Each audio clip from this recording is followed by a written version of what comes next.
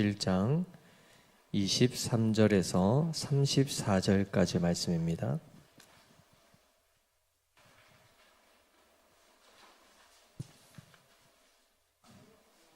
신약성경 277페이지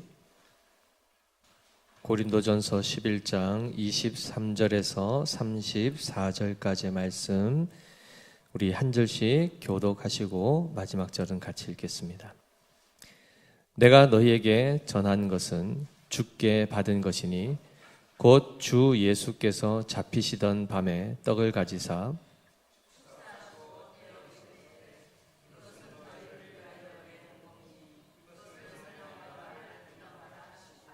식후에 또한 그와 같이 잔을 가지시고 이르시되 이 잔은 내 피로 세운 새 언약이니 이것을 행하여 마실 때마다 나를 기념하라 하셨으니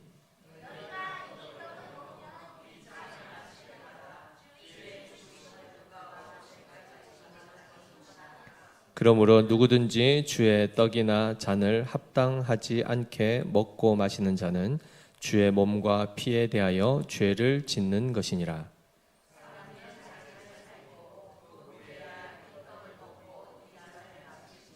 주의 몸을 분별하지 못하고 먹고 마시는 자는 자기의 죄를 먹고 마시는 것이니라.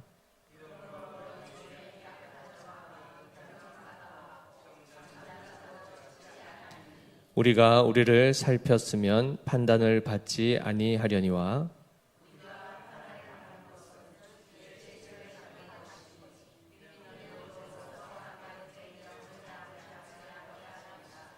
그런즉 내 형제들아 먹으러 모일 때에 서로 기다리라. 만일 누구든지 시장하거든 집에서 먹을지니 이는 너희의 모임이 판단받는 모임이 되지 않게 하려 함이라. 그 밖의 일들은 내가 언제든지 갈 때에 바로 잡으리라. 아멘. 샬롬. 오늘은 우리가 이제 교회의 표지 가운데에 특별히 두 번째 올바른 성례의 시행 가운데서 성찬에 대한 부분을 함께 살펴볼 것입니다. 지난 시간에 우리는 이제 세례에 대해서 살피면서 특별히 유아 세례까지 함께 살펴보았지요.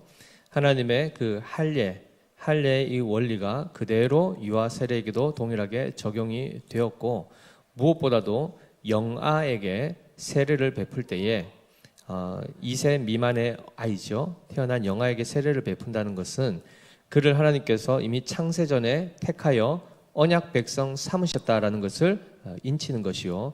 더 중요한 것은 그 아이를 하나님께 바친 그 믿음의 부모들은 그가 15세가 되어 입교할 때까지 어떻게 해야 됐죠?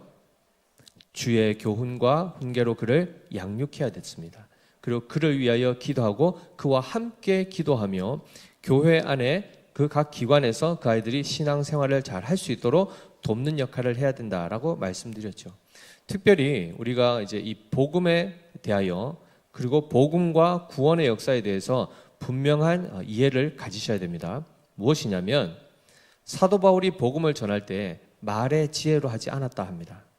설득력 있는 논리로 하지 않았다 합니다. 이 말씀 무슨 말인가? 아무 말이나 막 했다는 얘기가 아니라 그가 복음을 전하면 그 전해진 복음이 들려지는 그 사람 안에서 말씀 자체께서 역사하신다는 것입니다. 더 나아가서 그 말씀이 들려지고 깨달아지기 위해서는 당연히 그의 영적인 귀가 열려야 되고 마음의 굳어짐들이 다 부드러움으로 바뀌어서 옥토가 될 때 그 말씀이 심기지 않겠습니까? 따라서 우리의 죽었던 모든 영적인 감각들을 변화시키시고 부드럽게 하실 수 있는 분이 누구십니까? 성령 하나님이십니다. 따라서 성령께서 우리 안에 복음과 함께 역사하실 때에 구원의 역사가 나타나고 믿음의 역사가 나타나는 것입니다. 그렇다면 만약에 혹여나 장애가 있는 장애우 같은 경우에 지적 장애가 있든 지체 장애가 있든 특별히 그런 자들에게는 복음이 만약에 그저 사람의 말로 설득력으로 논리로 그것이 깨달아져야 되고 그것이 입으로 고백되어야만 구원이 이른다 그러면 그들은 구원받을 수 있습니까? 없습니까? 받을 수가 없겠죠. 더 나아가서 영아들은 어떻게 됩니까? 그렇게 되면 그들도 구원에 이를 수 없게 되겠죠. 따라서 사람의 어떤 인위적인 어떤 행위, 그리고 그것을 받는 사람의 인위적인 어떤 반응, 여기에 구원이 달려있지 않습니다. 하나님의 말씀 자체의 능력과 성령의 역사하심이 죽은 자를 살려내는 것이고, 믿음이 없는 자에게 믿음을 주시고 구원의 역사를 일으키시기 때문에, 그러한 차원에서는 영아에게도 구원이 있을 수 있습니까? 없습니까? 있을 수 있고, 지적 장애우에게도 구원은 있을 수가 있다는 것입니다. 따라서 우리가 해야 될 일이 뭡니까? 듣든지 아니 듣든지 그들의 반응과 관계없이 끊임없이 하나님의 말씀을 선포해야 되고, 그들의 귓가에 들려줘야 된다는 것입니다. 그리하여 그들이 즉시 그 앞에 반응하지 못한다 하여도 그 살아계신 말씀께서 살았고 운동력이 있어 그들 안에서 역사가 일어난다는 것이죠. 어느 시점인지 우리는 알 수 없습니다. 아무도 그가 회심한 것을 경험하지 못하고 보지 못했을 수도 있습니다. 그런데 그가 낙원에 있을 수 있다는 것입니다. 한편 강도가 잘 드러내고 있지 않습니까? 누가 그에게 전도했습니까? 아무도 전도하지 않았죠. 사람의 힘으로 된 것이 아닙니다. 그리스도 옆에서 그를 보며 그가 주여 당신의 나라가 임할 때 나를 기억해달라고, 그 말씀 앞에 네가 오늘 나와 함께 낙원에 있으리라는 이 말씀이 그에게 있어서, 그 죄인에게 있어서 이분이 그리스도이시고 참된 하나님의 아들이시라는 이 고백이 어떻게 가능했겠냐는 거죠. 성령께서 역사하셨고, 그 전에 그가 살아가는 인생 가운데 들렸던 수많은 그리스도에 대한 소식들, 소문들, 이야기들, 그것이 그 십자가에서 죽음 직전에 마음 안에 역사하여 회심을 일으키게 하고 그리스도를 바라보게 했다는 것입니다. 그러한 차원에서 우리가 유아 세례에 대해서도 분명히 우리의 영아들 안에도 믿음의 역사는 일어날 수 있다는 것을 우리는 확신해야 될 것이고, 그리고 모든 우리가 볼 때는 저 사람이 예수 믿겠는가, 그런 고정관념들은 다 버리셔야 됩니다. 사도 바울이 회심했지 않습니까? 교회를 잔멸하던 자들이 오히려 복음을 전하는 믿음의 증인이 되었습니다. 그것을 통하여서 많은 사람들이 하나님께 영광을 돌렸지 않습니까? 그러한 차원에서 하나님의 말씀의 능력과 위력을 우리는 깨달아야 되고, 그 가운데 우리는 성령의 역사하심을 간구하는 가운데 복음을 부지런히 전파해야 되는 것입니다. 때를 얻든지 못 얻든지, 듣든지 아니 듣든지 관계없이 우리는 그 말씀을 전하는 것입니다. 아멘이시죠? 아멘이십니까? 자, 그래서 참된 교회는 바른 복음이 잘 선포되고 전파되어야 되는 것입니다. 그리고 교회라는 것은 곧 이 예배당을 얘기하지 않았다 했습니다. 누가 교회였습니까? 우리가 교회입니다. 권사님이 교회시고 집사님이 교회시고 장로님이 교회십니다. 그럼 결국 교회가 복음을 전하는 것입니다. 그리고 그들에게, 그 양무리들에게 양질의 하나님의 말씀을 전파하도록 하나님이 따로 주의 종을 세우시는 것이죠. 그를 통하여 말씀을 공급받아 그 받은 말씀을 가지고 삶의 전 영역에서 복음을 전하는 것을 우리 모든 교회 성도들이 함께 그 역할을 감당하는 것입니다. 그리하여 그러한 차원에서 우리가 전파하는 말씀은 보이지 아니하는 말씀입니다. 그렇죠? 설교와 전도는 보이지 않는 차원에서 말씀이 전해지는 것입니다. 하나님의 말씀이 임하는 것이고, 그리고 그 말씀이 보이는 차원에서 임하는 것이 바로 성례였습니다. 그러한 가운데 이 성례는 어떻게 우리가 그것을 거행해야 될까요? 마찬가지로 말씀 자체가 그냥 사람의 소리요, 어떤 좋은 이야기요, 교훈이 아니고 예수 그리스도 자체이십니다. 말씀이신 하나님, 곧 하나님의 유일하신 독생자 바로 그 예수 그리스도께서 우리가 전하는 복음이 결국 그들에게 들려질 때, 그들 안에 들어가면 결국 그 안에 그리스도께서 살아계시는 것이요, 역사하시는 것입니다.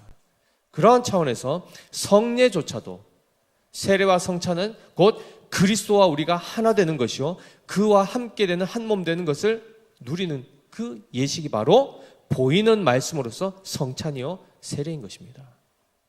따라서 이 두 가지는 하나는 보이는 형태로, 하나는 보이지 않는 형태로 주어지나 본질은 같습니다. 무엇입니까? 예수 그리스도십니다. 말씀이신 예수 그리스도. 자, 이러한 차원에서 진정한 교회에서 이 말씀이 흐릿해지고 이 말씀이 우리로부터 외면된다면 그 교회는 참 교회가 될 수가 있겠습니까? 절대 없는 것입니다. 그리고 잘 기억해 보십시오. 복음을 전하는 이 주일날 설교 시간, 예배 가운데 특별히 하나님의 말씀이 선포되는 시간, 우리는 예배 전체 순서에서 보면 하나님과 우리가 대화하는 형태로 모든 예배 순서가 구성되어 있습니다. 우리를 부르시고 우린 거기에 화답하고 또 하나님의 말씀이 선포되고 그 앞에 우리가 죄 사함에 회개를 하고 그러면서 말씀과 찬양과 하면서 주님과 계속해서 교제하고 마지막 축도로 하나님의 말씀의 그 축복의 선포로 예배가 폐회되죠. 이 모든 과정 가운데서 그 하나님의 말씀이 낭독이 되든 선언이 되든 설교가 되든 그 말씀 앞에 우리가 반응을 할 때에 임재하시는 하나님, 살아계신 그 예수 그리스도께서 우리 가운데 좌정하고 계시다는 사실을 그걸 인식하고 예배에 참여하는 것이요, 그 말씀 앞에 우리는 반응하는 것입니다. 그럴 때 잘 기억해 보시면 그 예배의 시간, 하나님의 말씀이 선포되는 시간에 우리가 눈을 감는다든가 우리의 마음이 다른 곳에 있다든가 한다면 그것은 합당하지 않겠죠. 은혜에서부터 이탈하는 것이요, 그리스도로부터 멀어지는 것이요, 그리스도를 외면하는 것이 됩니다. 또 나아가서 보이는 말씀으로서의 성찬 또한 우리가 그 성찬을 대할 때에 함부로 대하면 당연히 거기에도 그리스도에 대한 경멸함과 무시함과 이런 것들이 발생하는 것입니다. 자, 이렇게 되면 기본적으로 한 가지 이제 질문을 드리면, 설교할 때 목회자가 가운을 입고 하는 것 또는 양복을 입고 하는 것, 어느 것이 옳습니까? 가운을 한다면 흰색을 해야 됩니까? 까만색을 해야 됩니까?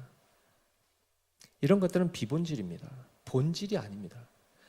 사도 바울의 말이 유창했습니까? 어눌했습니까? 어눌했다 했습니다. 그의 외모가 준수했습니까? 볼품이 없었습니까? 볼품이 없었습니다. 그런데 그의 입으로부터 나오는 말씀은 진리였습니다. 따라서 우리의 외모와 겉에 집중하는 것이 아니라 우리는 단정하면 됩니다. 그러면 설교 때는 목회자가 양복을 입었는데 성찬을 할 때는 가운을 입어야 됩니까? 이것이 얼마나 오해인지 모릅니다. 동일하게 하나님의 말씀입니다. 동일하게 하나님의 말씀. 설교는 늘 듣는 거니까 그냥 듣는 것이고, 성찬은 1년에 어쩌다 한 번씩 하니까 정말 이렇게 성대하게 하고 굉장히 의식을 차려, 그 개념이 아니라는 것입니다. 다 오해한 것이죠. 두 개 다 본질은 말씀이신 예수 그리스도이신 겁니다.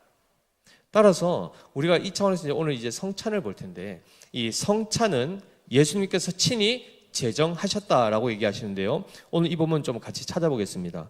누가복음 22장입니다.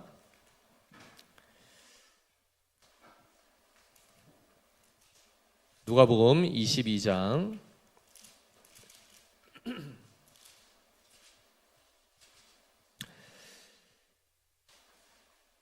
자, 14절부터 우리가 한번 쭉 읽어볼 텐데요. 제목이 뭐라고 되어 있습니까? 마지막 만찬이라고 이렇게 제목이 되어 있는 성경이 있을 것입니다. 내용을 보시면 이제 예수님이 오늘 밤에 이 마지막 저녁 식사를 하시고 나면 유대 군병들에게 체포가 되어서 잡혀갑니다. 그리고 그 다음 날인 금요일 날 십자가에 달리시죠. 즉 십자가에 죽으시기 바로 전날 밤에 일어난 일입니다. 14절부터 제가 읽겠습니다. 때가 이르매 예수께서 사도들과 함께 앉으사 이르시되 내가 고난을 받기 전에 너희와 함께 이 유월절 먹기를 원하고 원하였노라. 내가 너희에게 이르노니 이 유월절이 하나님의 나라에서 이루기까지 다시 먹지 아니하리라 하시고, 즉 마지막 유월절이라는 겁니다.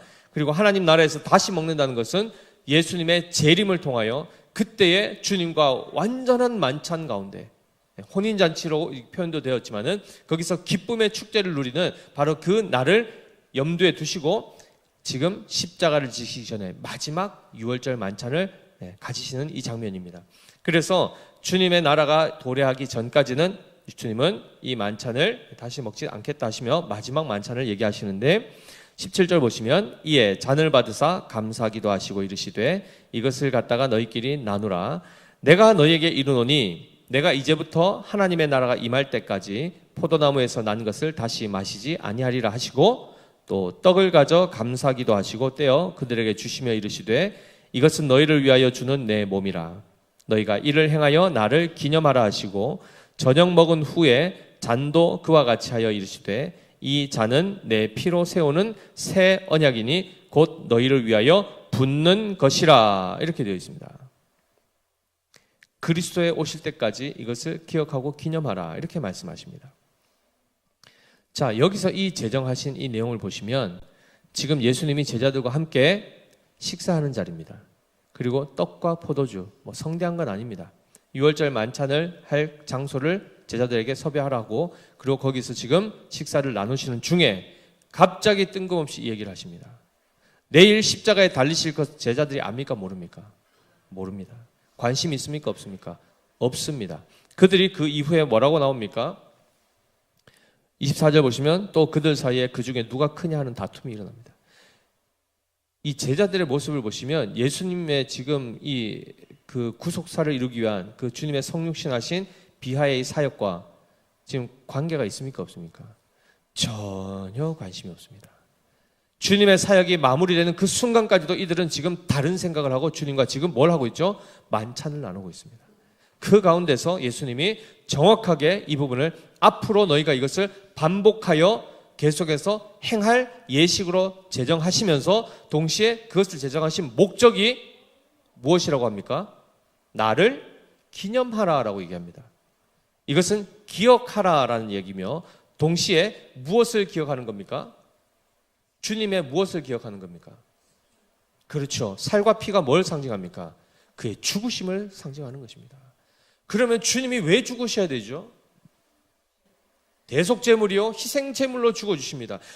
지금 이 구원을 이루시기 위하여 십자가를 지시기 전날 밤까지도 정신 못 차리고 여전히 누가 큰가 세속적인 권세를 누리고자 자기들끼리 시기하고 다투고 있는 그 분열 가운데 있는 그 제자들, 그들을 위하여 지금 죽으시는 것이요, 전혀 하나님의 아들로서의 실존이 이스라엘 가운데 빛으로 임하셨는데도 참 백성된 이스라엘 백성들은 어둠이 더 좋아서 예수 그리스도의 빛을 싫어했던 그들을 위하여 지금 주님이 이 길을 가시는 겁니다.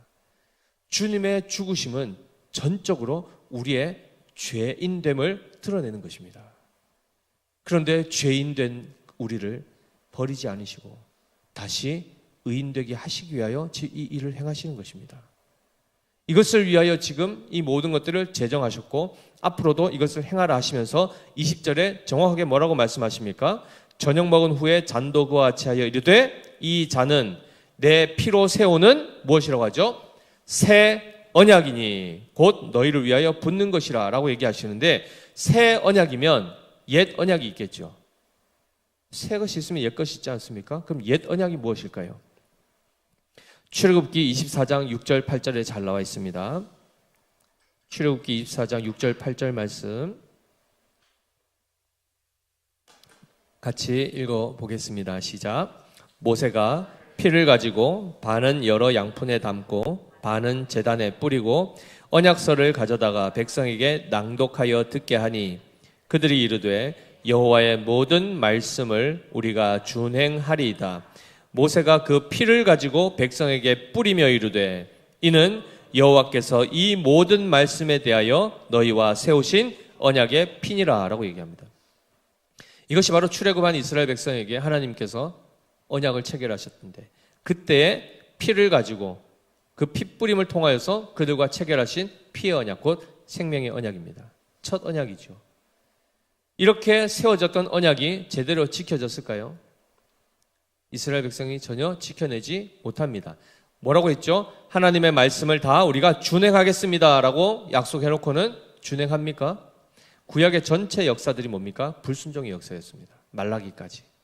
끊임없이 그들은 자기들이 원하는 것을 하나님 앞에 요구했고 철저하게 세상적이고 세속적인 것이고 우리의 육신적인 것들을 추구했으며 그것을 하나님이 들어주지 않으면 다른 신을 찾아갔습니다. 그 역사가 이스라엘의 전체 역사입니다. 하나님이 오래 참으시고 끝까지 기다리시며 말라기로 끝내지 않으시고 다시금 신약 성경을 여신, 이것이 하나님의 은혜요.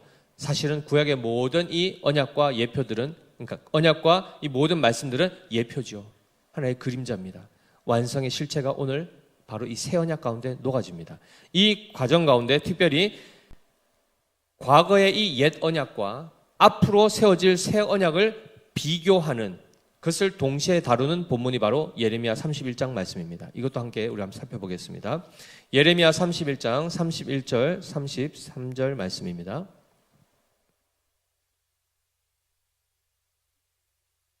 같이 읽습니다. 시작. 여호와의 말씀이니라. 보라, 날이 이르리니 내가 이스라엘 집과 유다 집에 새 언약을 맺으리라. 이 언약은 내가 그들의 조상들의 손을 잡고 애굽 땅에서 인도하여 내던 날에 맺은 것과 같지 아니할 것은 내가 그들의 남편이 되었어도 그들이 내 언약을 깨뜨렸음이라. 여호와의 말씀이니라.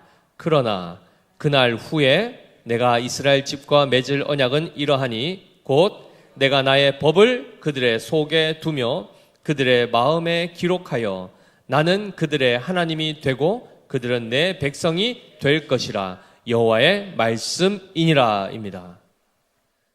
자, 지금 보시면 처음 이전에 아까 이야기했던 출애굽기 24장 6절 8절 말씀에 언약이 나오죠.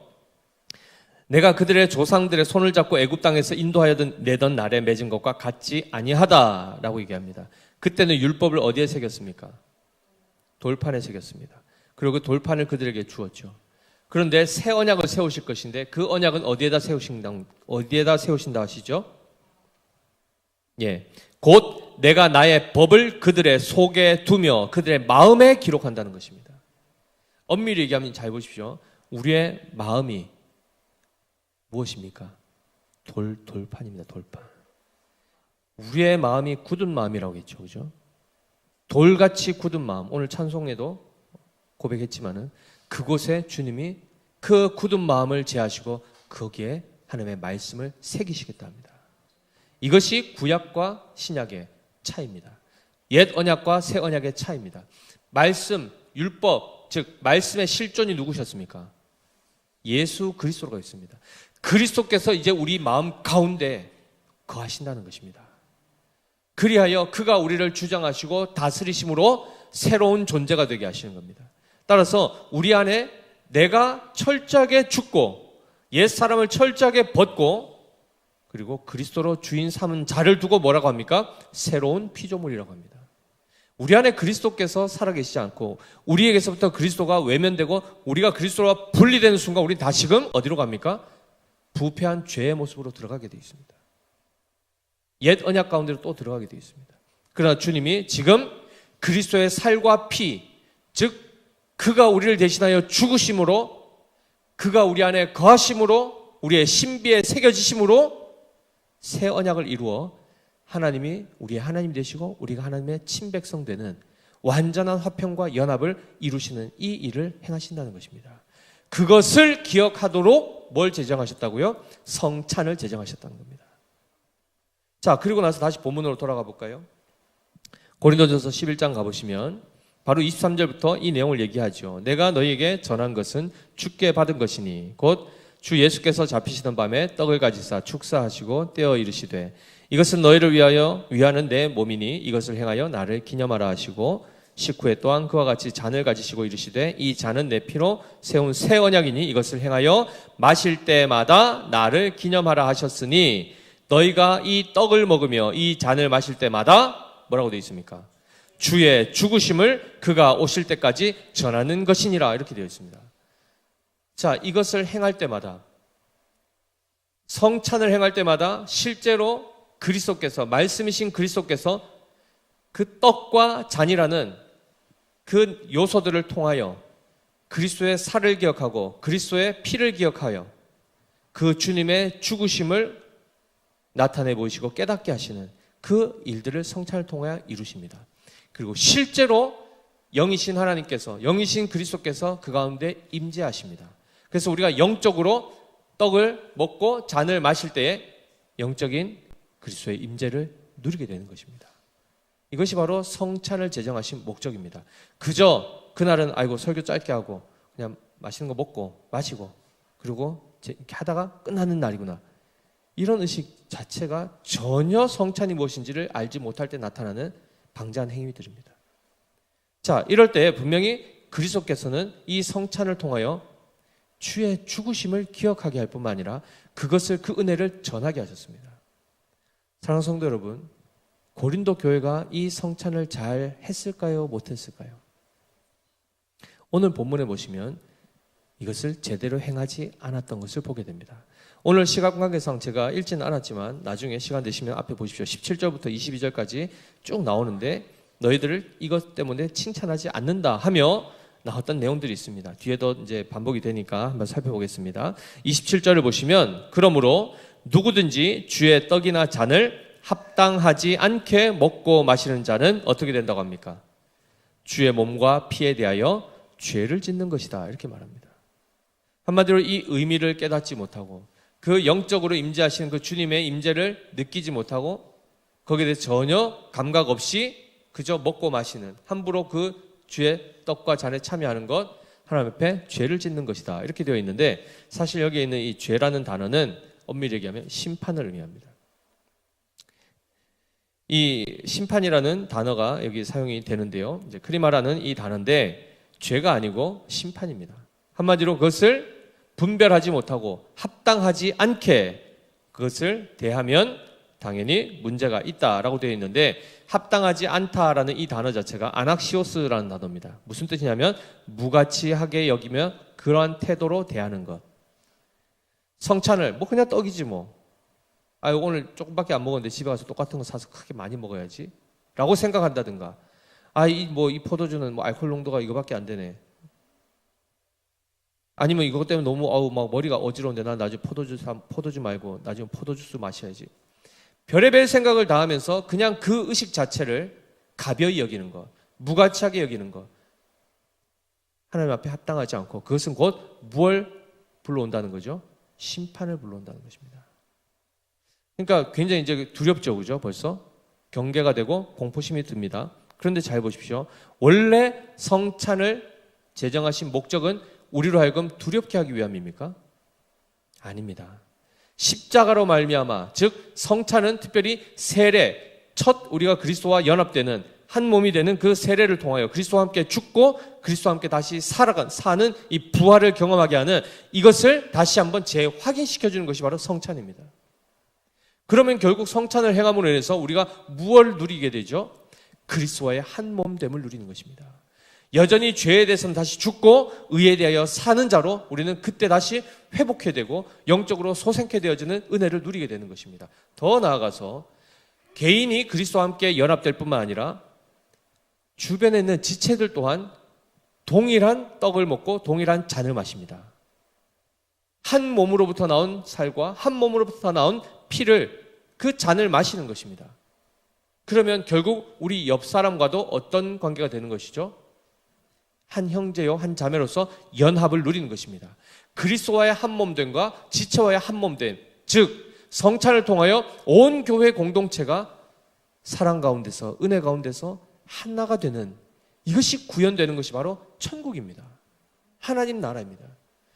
하나님의 임재 앞에서 그 다스림 안에, 그 사랑 가운데서 온 성도가 모든 죄를 버리고 그리스도의 은혜로 말미암아 의롭게 되어 하나를 누리는, 그 참된 사랑을 누리는 것이 바로 성찬입니다. 은혜가 됩니까, 안 됩니까? 이야기만 들어도 은혜가 되죠. 실제로 이 의식을 가지고 성찬을 해보십시오. 감동이 밀려옵니다. 그런데 아까 얘기한 것처럼 그러한 의식은 다 망각한 채 그저 먹고 마시는 이런 일들이 발생하면 분명히 문제가 된다는 것입니다. 자, 그래서 이들이 이렇게 사도 바울이 경책을 하죠. 28절입니다. 사람이 자기를 살피고 그 후에야 이 떡을 먹고 이 잔을 마실지니 주의 몸을 분별하지 못하고 먹고 마시는 자는 자기의 죄가 아니고, 이제 번역을 심판으로 하면 심판을 먹고 마시는 것이니라, 이렇게 되어 있습니다. 한마디로 죄에 대하여 그리스도께서 살이 찢기시고 피를 쏟으신 목적 자체가 우리의 죄 때문에 그렇게 죽으셨는데, 여전히 범죄함 가운데 하나님의 은혜는 망각하고 내가 낸데 하면서 교만한 마음으로 그 예배당에 나와서 무질서하게 자기 마음대로 행하는 이런 행위를 가지고 그 행실을 뉘우치지 아니하고 그저 주님의 떡을, 주님의 잔을 먹는 것, 심판을 자초한다는 것입니다. 그렇기 때문에 이 부분에 있어서 반드시 우리 자신을 살피라고 되어 있습니다. 그래서 엄밀히 얘기하면 이 성찬과 함께 반드시 무엇이 수반되어야 되면 권징이 수반되어야 됩니다. 이 권징이라는 것은 무엇이냐면 동일한 말씀의 원리를 가지고 성도들이 실제로 성찬에 제대로 참여할 수 있는 상태인가 아닌가를 점검하고 확인하고 그렇게 될 수 있도록 권고하기 위하여 만든 제도입니다. 하나님께서 우리에게 이 은혜의 방편을 주셨습니다.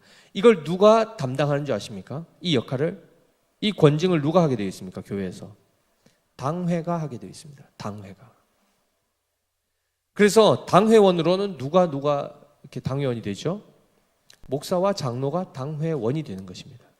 그래서 그러한 차원에서 목회자와 그리고 장로님들이 권징을 하기 위해서는 반드시 이 사람이 제대로 지금 죄 가운데 있는지 의로운 상태에 있는지를 확인하기 위해서는 무엇이 필요합니까? 기준이 필요합니다. 그 기준이 무엇이었습니까? 말씀입니다. 말씀의 원리를 따라 성도들이 바르게 생활을 하고 있는지 아닌지를 살피고 그 일을 살피기 위해서 한 것이 바로 신방입니다. 그것이 바로 비지테이션, 신방입니다. 그래서 원래 목회자가 하는 게 아니고 원래는 장로님들이 하는 겁니다. 그런데 그 일에 있어서 목사도 당연히 거기 함께 동참하면서 같이, 즉 장로님들이 가서 권면하고 그렇게 예를 들면 범죄함 가운데 있거나 영적으로 죄악 가운데 있는 이런 분들에 대해서 권면을 했음에도 그것이 잘 되지 않을 때 또한 목사를 청하여서 함께 방문하여 그분들을 신방하고 권면하는 이 일들을 행했던 것입니다. 자, 그렇게 해서 그가 다시금 회심하게 되고 회개하게 되고 다시 말씀의 원리 안에 들어왔을 때에 비로소 주일 예배 때 함께 성찬을 나눌 때 그가 함께 참여할 수 있는 것입니다. 이해되시죠? 그래서 이 일들을 부지런히 할 수 있도록 하기 위하여 초대교회는 어떻게 했는가? 이 성찬을 사도행전 2장 46절에 보시면 날마다 마음을 같이하여 성전에 모이기를 힘쓰고 집에서 떡을 떼며 기쁨과 순전한 마음으로 음식을 먹고 오라고 되어 있습니다. 초대교회는 날마다 모였답니다.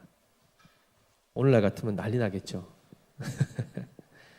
실제로 종교개혁가들 가운데 칼빈이라고 아실 겁니다. 칼빈이 제네바라는 이 도시를 하나님의 말씀으로 다시금 세팅을 하는 가운데에 이 성찬을 일주일에 매 주일마다 하자라고 이렇게 제안을 했습니다. 매 주일마다. 그러면 당연히 주일날 말씀이 선포되고 설교되고 그 다음에 성찬을 행하게 되죠. 그러면 월요일부터 해서 토요일까지 그 말씀을 가르침을 받은 성도들이 일상 가운데서 말씀대로 살아가야 되겠죠. 그리고 장로님들은 뭘 해야 되죠? 그 성도들이 말씀대로 잘 살아가고 있는가 신방을 하는 것입니다. 살피는 것입니다. 그렇게 해서 다시 토요일까지 자기 자신을 돌아보고 그 다음에 주일날 와서 또 말씀을 듣고 그 다음에 성찬을 하고 이 일들을 반복해 왔던 것입니다. 그런데 제네바시 시민들이 일주일에 한 번씩 하는 건 너무 힘듭니다. 쉽게 너무 빡십니다. 자주 하지 맙시다 해서 계속해서 논의 끝에 한 달에 한 번 하기로 했답니다. 이런 부분들은 교회 형편에 따라서 또 성도들의 어떤 그 수준에 따라서 이런 것들은 조정이 또 필요했던 그런 또 상황도 있었죠. 오늘날 우리나라는 어떻습니까? 지금 한국 교회는 보통 성찬 1년에 몇 번 하죠? 2번 하죠, 2번. 그죠? 부활주일 때. 그 다음에 추수감사주일 때. 즉, 세례를 할 때, 그때 성찬을 같이 하는 경우가 있습니다.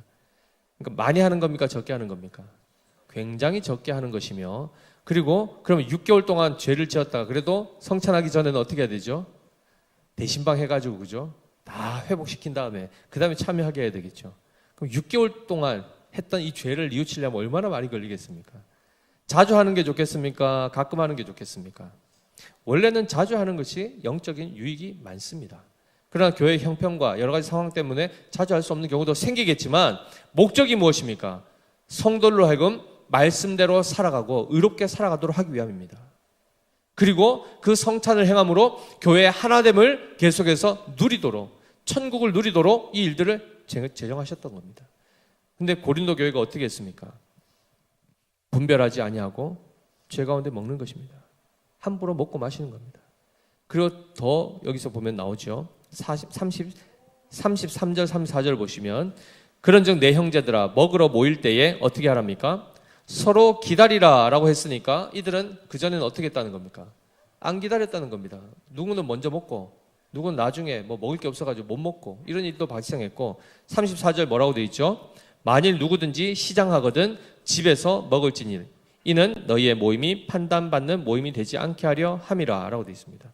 한마디로 배고프면 먼저 집에서 그냥 먹고 와라. 이거는 그냥 배고파서 밥 먹는 식사 개념이 아니다 라고 알려주고 있습니다. 그러니까 전혀 고린도 성도는 지금 여기에 대한 개념이 없는 겁니다. 질서가 있습니까? 없습니까? 전혀 없습니다. 그냥 먼저 먹고 싶은 사람 먹는 겁니다. 그런데 놀랍게도 이 당시만 하더라도 초대교회에는 모여서 함께 식사하는 이것이 두 가지로 나뉩니다. 하나는 애찬이라 하여 성도들이 각자 집에서 조금씩 먹을 것을 가져와서 함께 먹고 나누는 식사를 실제로 하는 겁니다. 그러면서 교제하는 것이죠. 그리고 식사가 끝나면 성찬을 행했습니다. 떡을 떼고 잔을 나누면서 성찬을 행했던 것입니다. 자, 그러다 보니까 이들이 돈이 좀 많고 여유가 있는 사람들은 음식을 많이 가져왔을까요? 조금 가져왔을까요? 많이 가져오죠. 희귀템들 가져와가지고, 그죠? 저 이거 프랑스산이야 하면서 막 포도주도 가져오고 했겠죠? 그러면서 이만큼 가져온 겁니다. 그래가지고 나누는데 늦게 오는 사람이 있습니다. 원래 좀 시간 개념이 없어서 지각하는 그런 사람 말고요. 이 당시만 하더라도 노예들이 있었지 않습니까? 종들이 있었습니다. 그들은 일 다 해놓고 그리고 가야 되니까 늦게 도착하는 겁니다. 그럼 먼저 온 자들은요, 여유가 있는 사람들이요, 자유인들이겠죠. 와가지고 자기들끼리 좋은 거 이미 벌써 다 먹고 마시고 하면서 배가 불러가지고 막 너불러져 있고, 어떤 사람은 술 취한 사람도 있고, 그리고 늦게 온 사람들은 막 헐찍어 가지고 먹을 것이 없고, 이런 일들이 발생하는 겁니다. 교회의 하나됨이 보입니까? 안 보입니까? 안 보입니다. 배려함이 있습니까? 없습니까? 전혀 없습니다. 무질서합니다. 자기들 먹고 싶으면 먹고 그냥 뭐 뒤에 사람은 먹든지 말든지 관심도 없이 이렇게 되었는데, 고린도 교회가 이렇게 된 근본 원인이 뭡니까? 그들 안에 분파가 있었다는 겁니다. 파당이 있었다는 겁니다. 끼리끼리 나눠졌다는 것입니다. 한마디로 자기들끼리 차별하고 구별지었다는 겁니다. 왜 이렇게 되었습니까?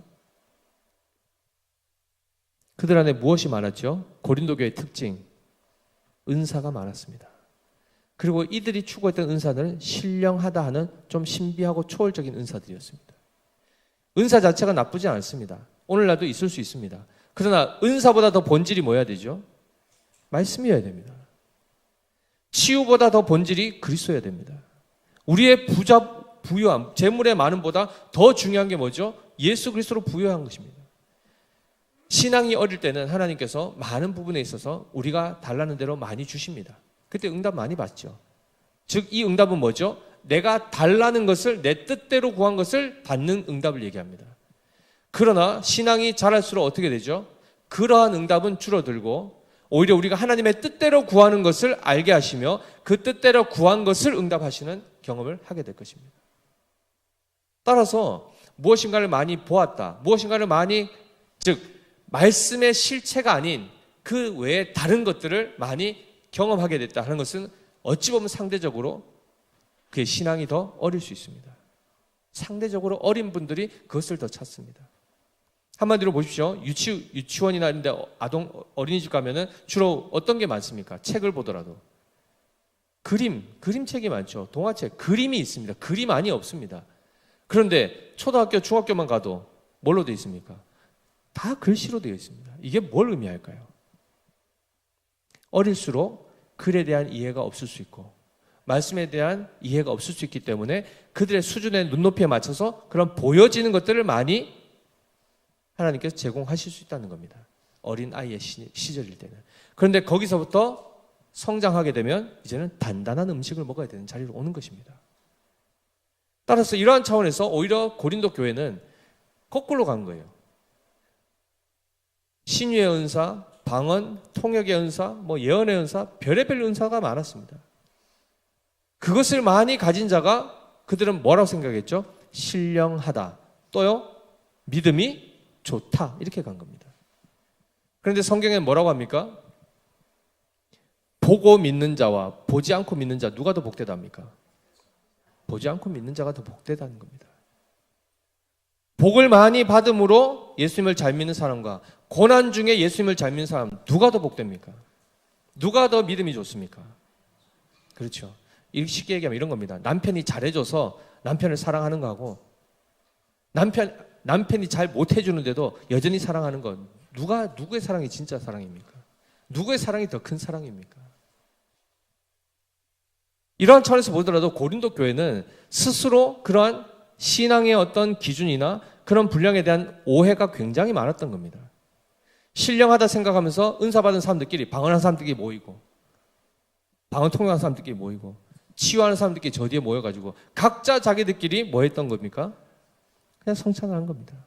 이름은 성찬이요, 실제로 그냥 먹고 마시고 자기들끼리 교제하고, 그리고 교회 안에 보면은 다 나눠져 있고 서로가 서로에 대해서 견제하고 시기하고 질투하고 이러면서 지금 교회에서 행위만 지금 일어나고 있는 겁니다. 성례가 그러한 차원에서 지금 오용되고 있는 겁니다. 그러니까 어떤 일이 발생했습니까? 그렇게 되면 심판이 따라온다 했죠. 이 심판은 영원한 지옥 심판을 얘기하는 것이 아닙니다. 일시적인 심판이요, 징계의 형태입니다. 징계 형태. 하나님이 징계하신 목적은 돌이킴입니다. 깨닫게 하고 돌이키도록 하기 위해서 이 징계가 오는데, 이 징계가 30절에 나옵니다. 뭐라고 되어 있습니까? 같이 읽습니다.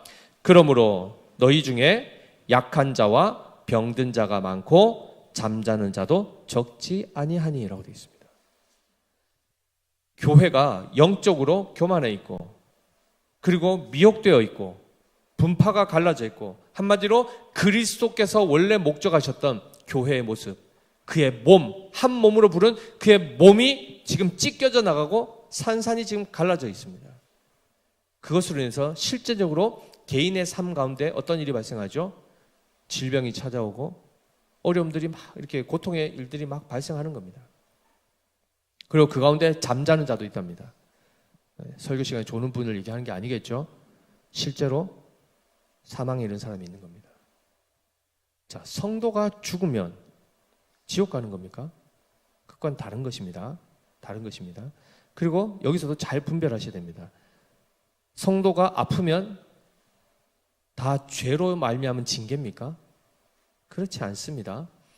여기에 대한 분명한 인식을 가셔야 되는데, 하나님께서는 성도가 죄 가운데 있을 때 그것을 깨닫게 하기 위해서 징계의 수단으로 질병을 주시기도 하고 고통을 주실 때도 있습니다. 분명히 이 부분도 있습니다.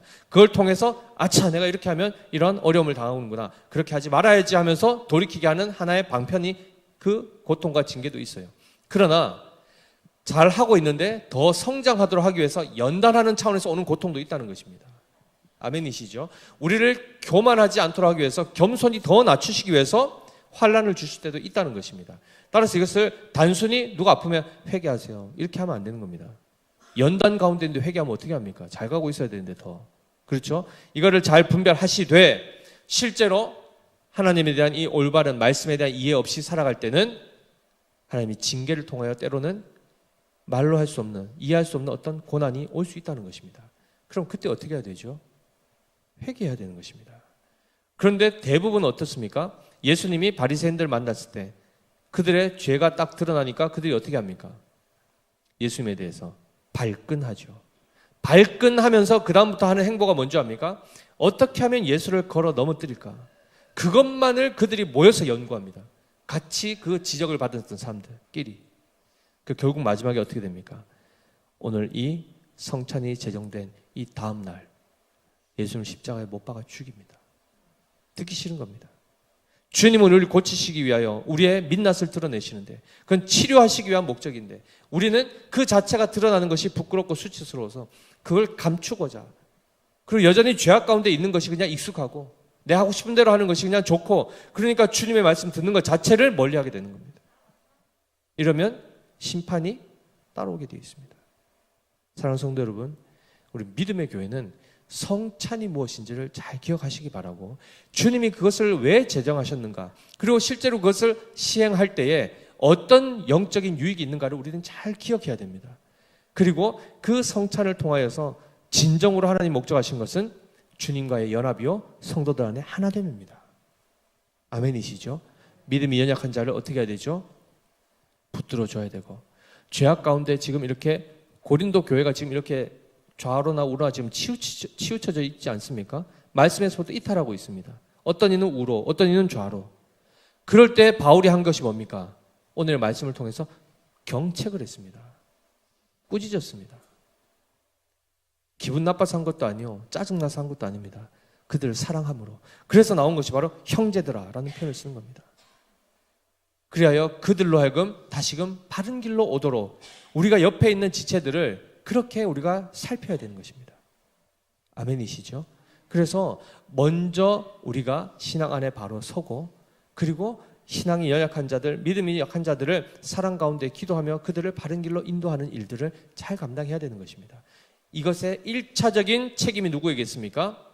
당회에 있습니다. 말씀을 전하는 목사와 말씀으로 교회를 치리하는 장로님에게 1차적인 책무가 있습니다. 잘 하셔야 됩니다.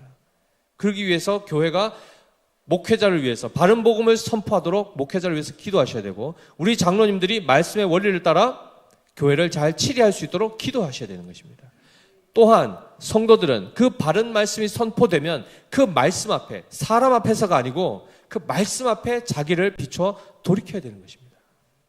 아멘이시죠? 이 부분이 우리 안에 잘 이루어지면 믿음의 교회는 반드시 영적으로 충만하고 은혜 충만한 교회가 될 줄 믿습니다. 이러한 은혜가 풍성하시기를 예수님 이름으로 축복합니다. 기도하겠습니다. 하나님 아버지, 은혜를 감사합니다. 우리가 죄인이었기에 우리를 살리시려 친히 십자가에서 살이 찢기시고 모든 피를 쏟아 내셨습니다. 그 일을 기억하도록, 그 주님의 죽으심을 기억하도록 하신 것은 곧 우리가 철저하게 죄인이라는 사실을 깨닫게 하시는 것이요, 오직 예수 그리스도를 의지하고 믿음으로 참된 의에 이루고 주님과 하나됨으로 영원한 하나님의 나라의 신령한 복을 우리가 풍성히 누리게 하시는 그 하나님의 은혜의 또한 메시지인 줄 믿습니다. 우리 믿음의 교회가 이 성찬을 제대로 배우고 올바로 시행하여서 교회 안에 하나됨을 이루게 하여 주시옵소서. 그리스도와 하나되고 지체들 안에 참된 사랑의 연합으로 주의 말씀의 은혜 안에서 주 안에서 하나 되게 하여 주시옵소서.